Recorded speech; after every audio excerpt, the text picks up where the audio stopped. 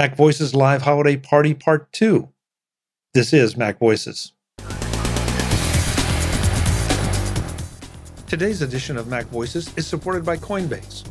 For a limited time, new users can get $10 in free Bitcoin when you sign up today at coinbase.com/MacVoices. Welcome to MacVoices. This is the talk of the Apple community, and I'm Chuck Joyner. This is part 2 in a 3-part MacVoices Live Holiday Party series, where we got our folks together just to enjoy each other's company. Folks were coming in and out, and we really started with no particular agenda. But as happens with this group, one subject sparks another conversation and another discussion, and it pretty much takes off from there. So let's go right back and let the panel do the talking. I'm not quite sure how we got here, but it is an interesting thing to look at, and maybe it's a good time at the end of the year to reflect on some of this. That where do we stand? I mean, we've all done a bit of knee-jerk reaction to some of what we perceive as privacy invasions, and yet we're kind of happy to have some of those things provide suggestions for us. I mean, how many times have we talked about Siri and some of the other services out there? Learning that on Friday night, we like to go to a certain restaurant. Mm-hmm. So that when we pull the car out of the garage, it says, hey, it's 30 minutes to restaurant X. Mm-hmm. It's like, oh, that's interesting. That's cool. That's convenient. The thing about that, though, is that it's based on history. Like, if I do this every Friday night for 6 weeks in a row, then on week 7, when it's like, hi, it's this time when you normally pull out of your driveway, I'm going to go ahead and assume that this is that this is where you're headed. That doesn't seem like, there's no great leap of logic there, right? Like, there's no surprise to that.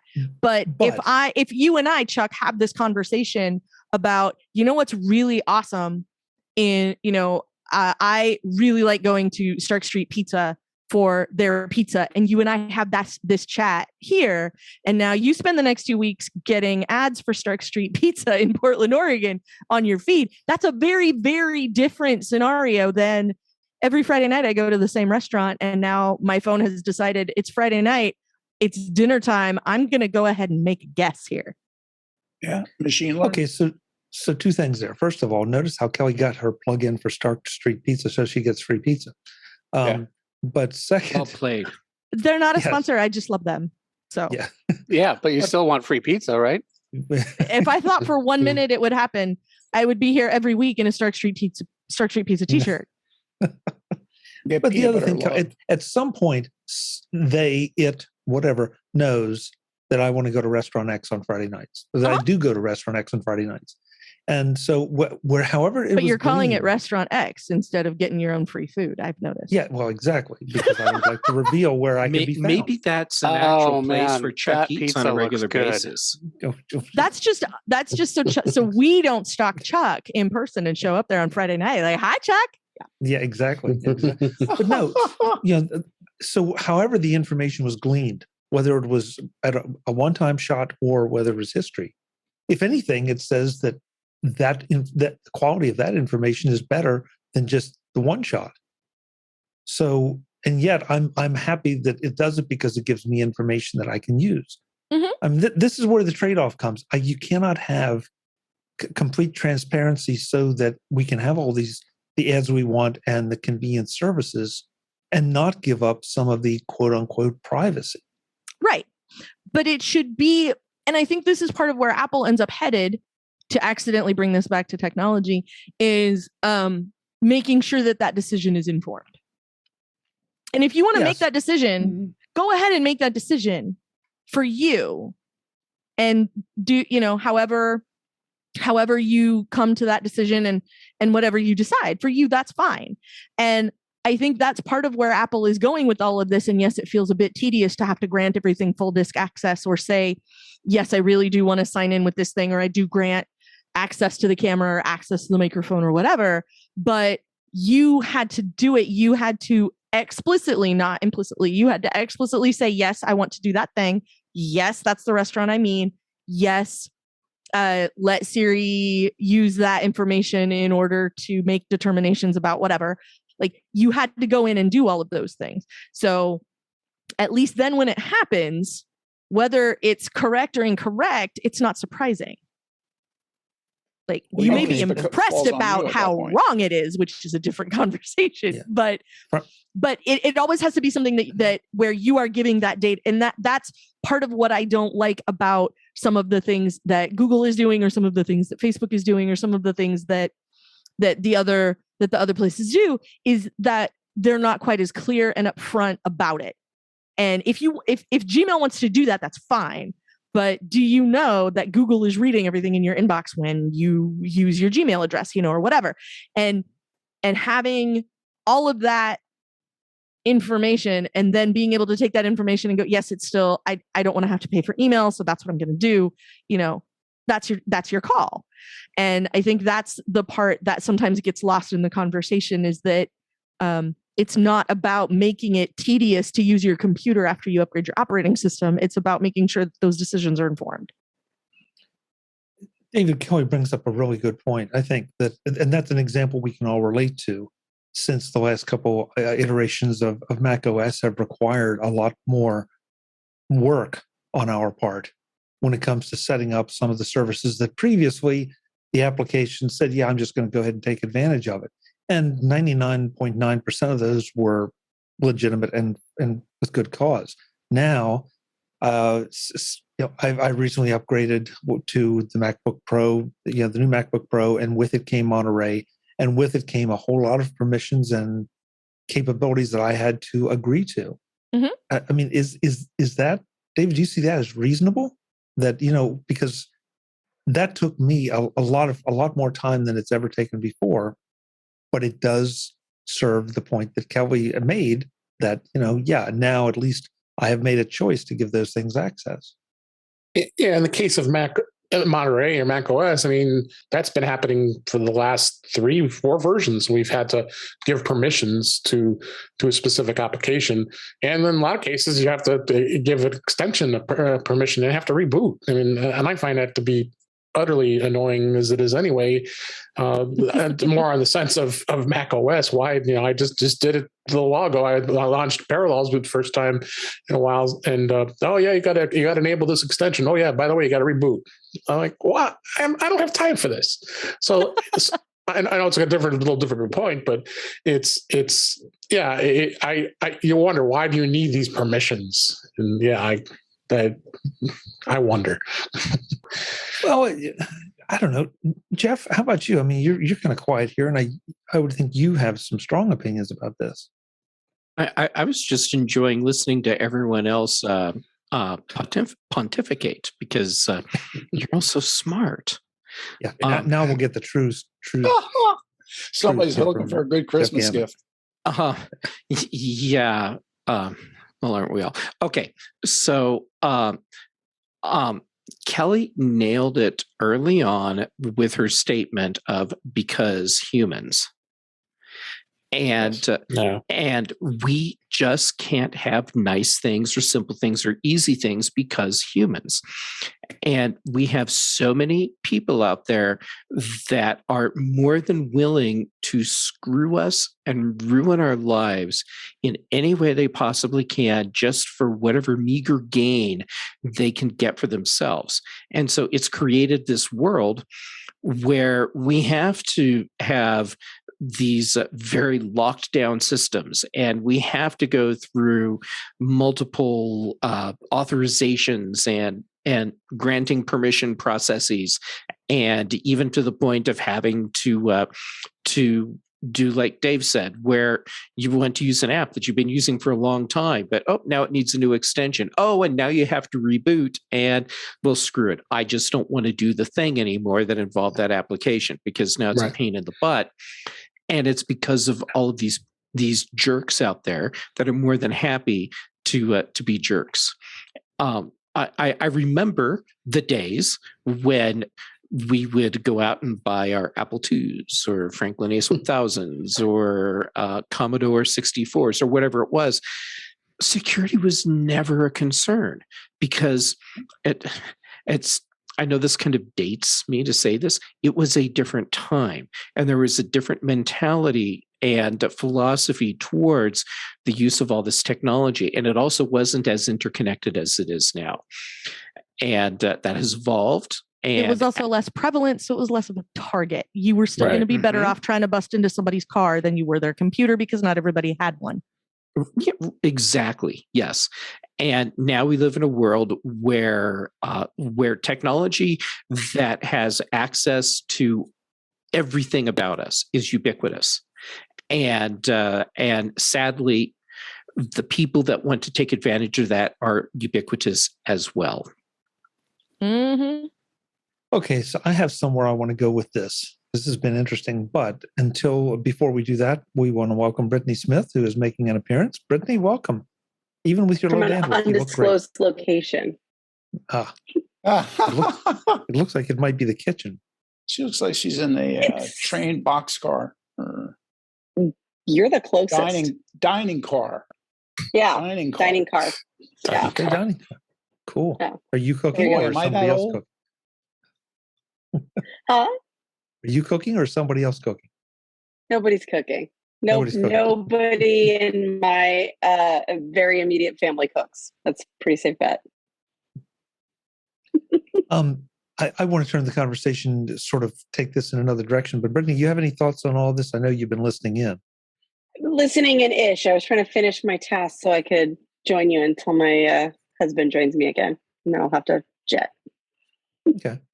The main thing I had was about the lines that if this information is already being used to manipulate us, it's sort of that's a pretty good line to draw.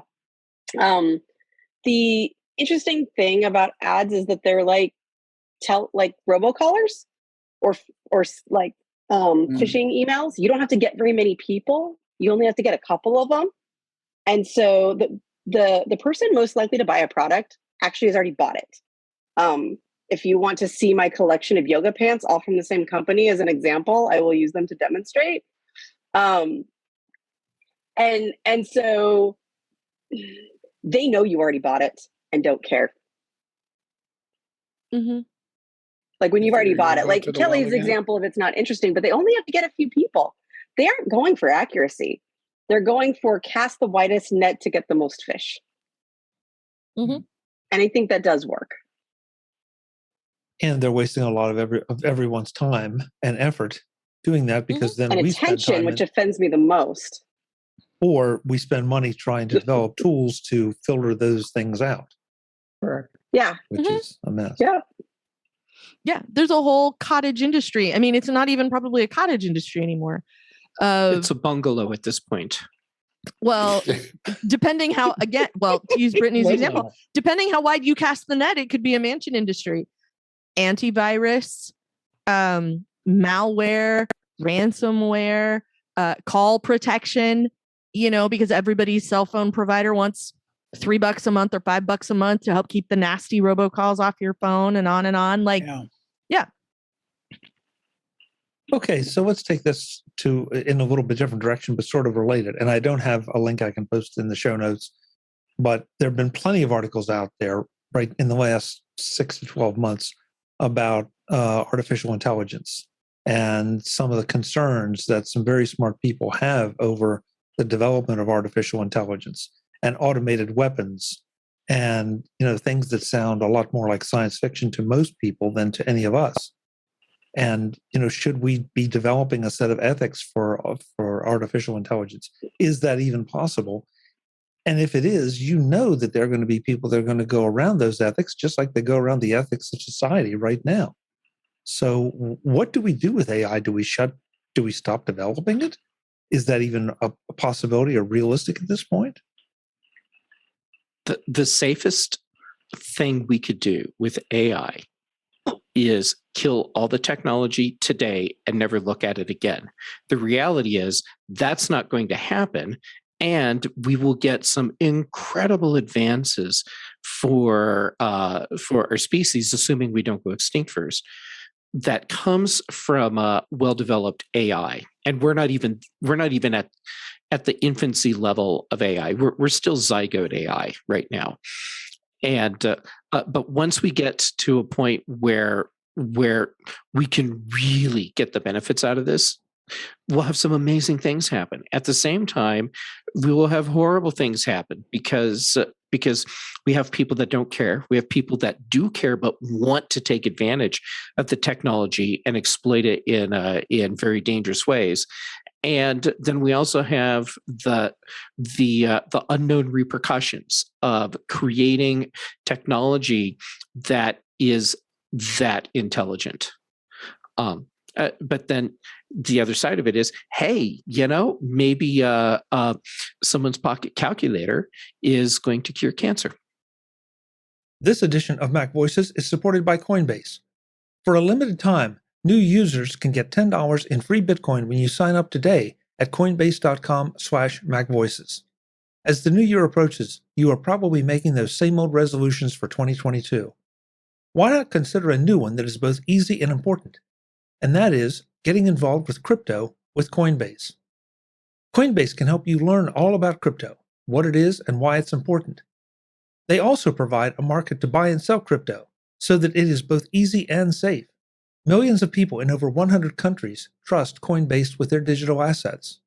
Whether you're looking to diversify or are just getting started, or are searching for a better way to access crypto markets, Coinbase should be your next step. For a limited time, new users can get $10 in free Bitcoin when you sign up today at coinbase.com/MacVoices. Sign up at coinbase.com/MacVoices for $10 in free Bitcoin. This offer is for a limited time only, so please be sure to sign up today. That's coinbase.com/MacVoices. Thanks to Coinbase for their support of MacVoices.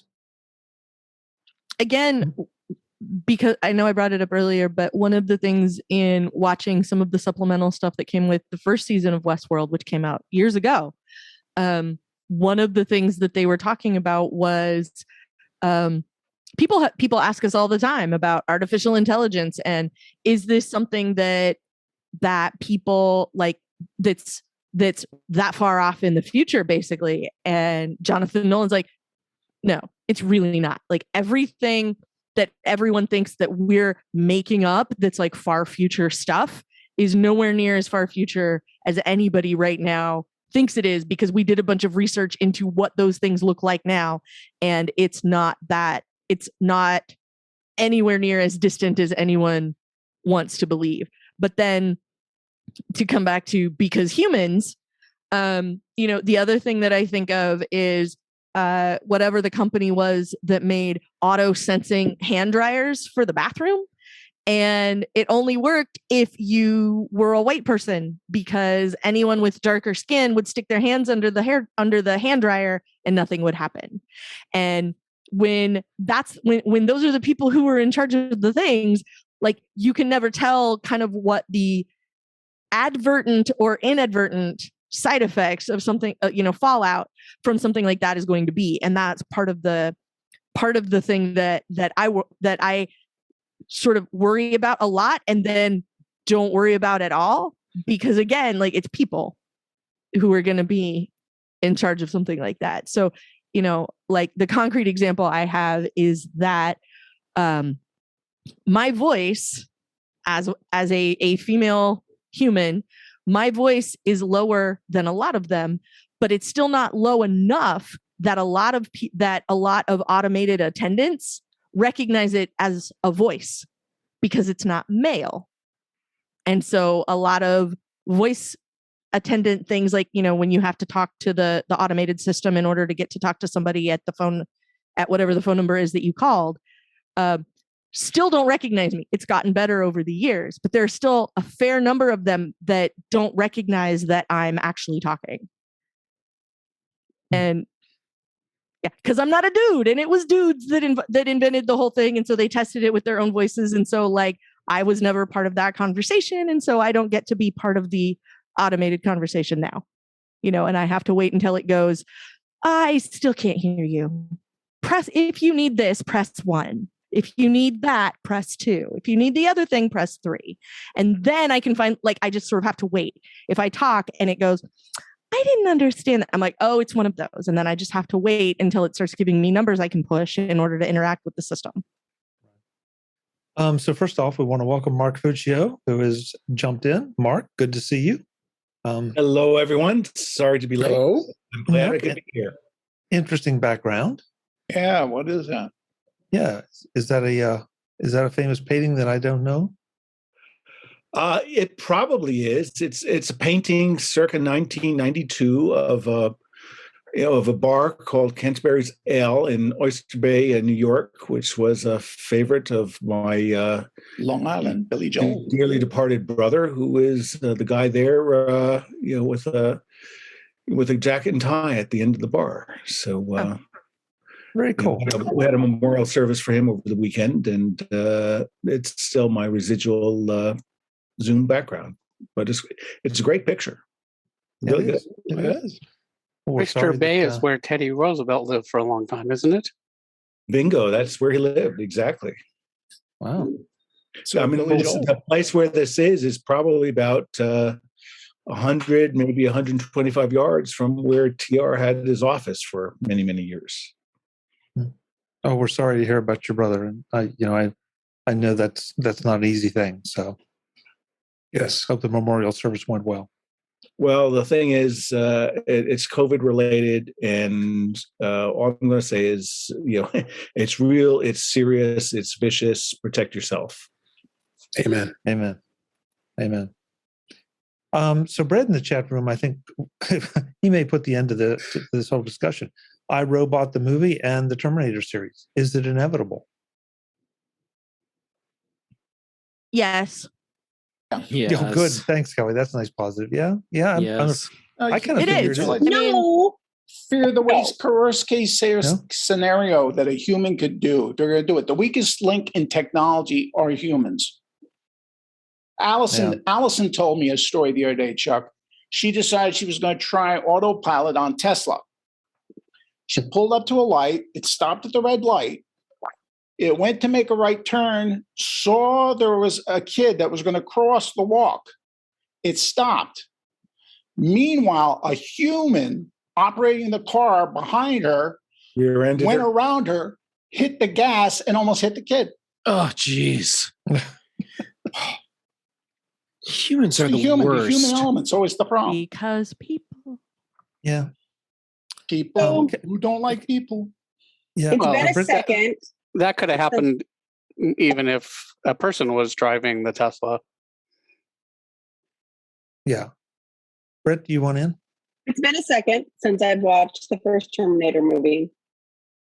But just because there are legitimate concerns about AI and it getting really powerful, does not mean they will have the goal of wiping out the human species, or sorry, I have the goal wrong, but it doesn't mean it will take that shape, because what's likely to happen in real life isn't interesting enough to make it into a movie script, but that doesn't mean it's not just as sinister. It's going to be an evil Roomba and not Arnold Schwarzenegger. No, that actually would also make a great buddy comedy. So let's talk later. But well, Brittany, go ahead. Sorry. It's going to come in the form of manipulation of our behavior in a way that we don't want to acknowledge, because we don't want to admit how easily our behavior is adaptable for certain circumstances, and it'll really come in that format of behavior modification of the people in charge of the things. And that's the main concern that I have. Haven't we? I mean, we see that now. Make paper clips until everyone else is gone, but we have that now. I mean, some people's behavior has changed as a result of Facebook or whatever. Like, I remember when Foursquare was a thing, and everybody would meet up, and once everybody met up for dinner or whatever, all came in and sat down at the table or whatever, and then everybody took 30 seconds to check in on Foursquare or whatever. And then everybody pulled their head out of their phone and had a lovely conversation, and I've seen that already. So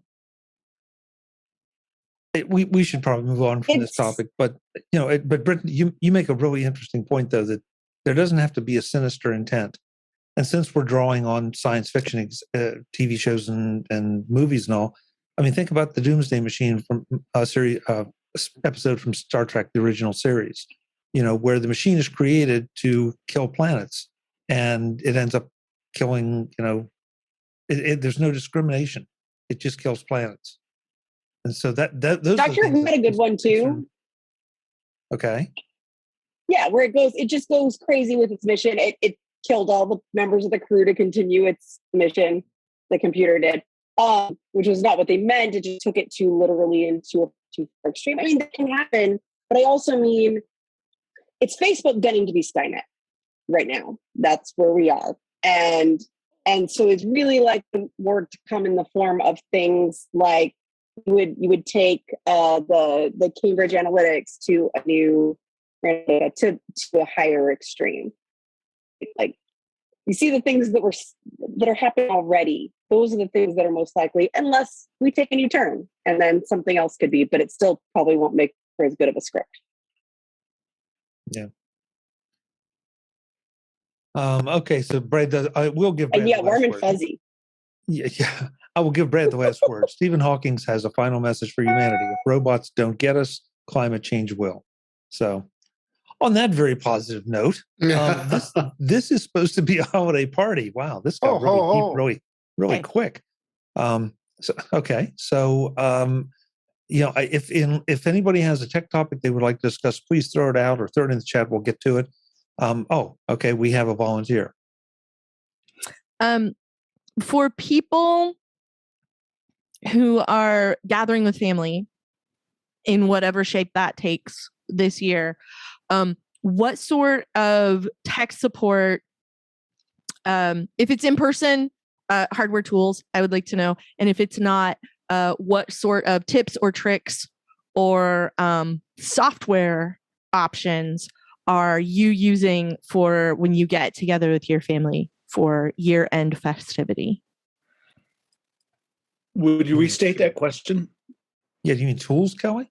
Yeah, like so the illustrative example is normally when I get together with my family, I am tech support.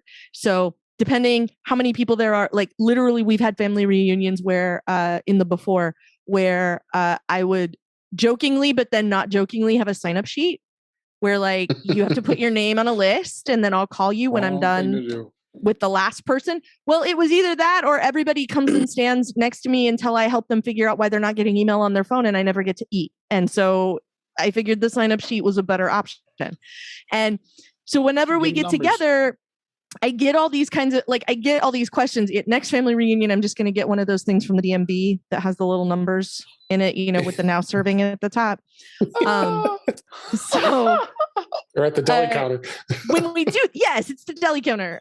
So when we do that, I end up being tech support. So I presume that all of you end up sort of in some capacity, probably end up being tech support for members of your family. So what are the kinds of things that you are equipped with when that's where you're headed? You know what I mean? Oh, I try to make it simple. Oh, you bought that from Apple? Call Apple. That they'll gladly help you. You bought that from somebody else? Yeah. I have that answer quite a few times. Got a phone? Kelly, the most important tool in my arsenal for family support. Call Fujitsu. The most important tool in my arsenal for family support: boundaries. Yeah. Yes, that's good. And that's a good one. And the first boundary is when you ask me to help you with your Windows machine, I say no. No. Yes. When you ask me to help you with your Android phone, I say no. That's correct. This is the right answer. When you ask me to help you with your Mac or your iPhone during the middle of a conversation, I say the grown-ups are talking, wait your turn. The grumps.